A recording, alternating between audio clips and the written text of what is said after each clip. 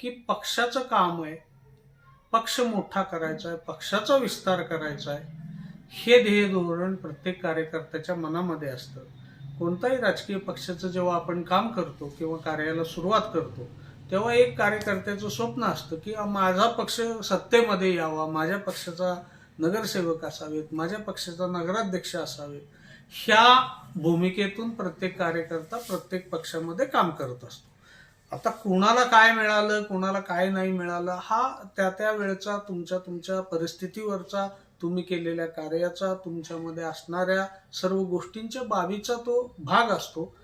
असं नाहीये की मी 30 वर्ष काम केलं म्हणून मला काहीतरी आज मिळावं, असं नसतं ते. तुम्ही एक निष्ठेनं पक्षाचं काम करत राहा. पक्ष तुमचा नक्की विचार करतो आणि भारतीय जनता पार्टी प्रामुख्याने प्रत्येक कार्यकर्त्याकडे पक्षाचं लक्ष आहे. योग्य वेळी पक्षाकडून योग्य त्या व्यक्तीला, कार्यकर्त्याला संधी ही दिलीच जाते.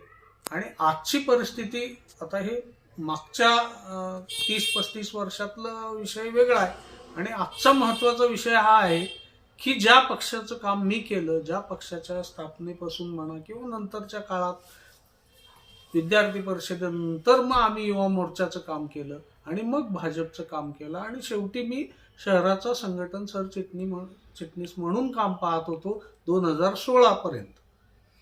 2016च्या नगरपालिका निवडणुकीमध्ये भारतीय जनता पार्टी तेव्हा सत्तेवर होती.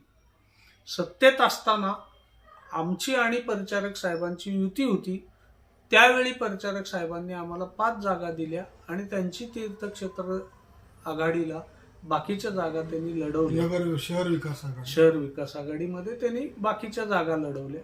पण आज पुन्हा 2025 पर्यंत भारतीय जनता पार्टीचे विचार, भारतीय जनता पार्टीचं कामकाज, भारतीय जनता पार्टीचं सगळं देशभरातलं सगळं हे पाहून माननीय श्री परिचारक साहेबांनी भारतीय जनता पार्टीचा झेंडा, ध्वज हातात घेऊन पक्षामध्ये येऊन पक्षकार्य विस्तारण्यास सुरुवात केली.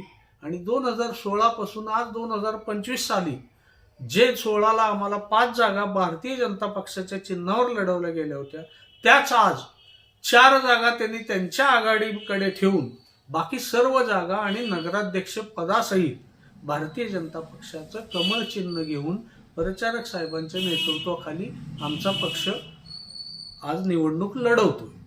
मग ही निवडणूक लढवत असताना माझ्यासारखे जे जुने कार्यकर्ते असतील किंवा अन्य वेगवेगळ्या आमच्या आघाड्यातले कार्यकर्ते असतील, त्या कार्यकर्त्यांना माझी हात जोडून नम्र विनंती आहे की आपला पक्ष, आम्ही काम केलं, आम्ही अनेक निवडणुका लढलो, पण आम्हाला काही मर्यादा होत्या, आमची कुवत कमी पडत होती असं म्हणा, पण आमच्याच्यानं जे शक्य झालं नाही, 1-2 नगरसेवका पलीकडे आम्ही पक्षाचे नगरसेवक निवडून आणू शकत नव्हतो, पण आज संपूर्ण नगरपालिकेचे 36च्या 36 नगरसेवक हे पक्षाच्या आणि आमची आघाडीच्या माध्यमातून, मित्र पक्षाच्या माध्यमातून आम्ही लढवतोय.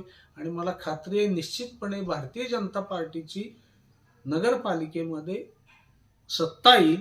नगराध्यक्ष ज्या आत्ता भारतीय जनता पक्षाच्या कमळ चिन्हावर उभे आहेत, श्यामलताई शिरसट, ह्या प्रचंड बहुमताने निवडून येतील.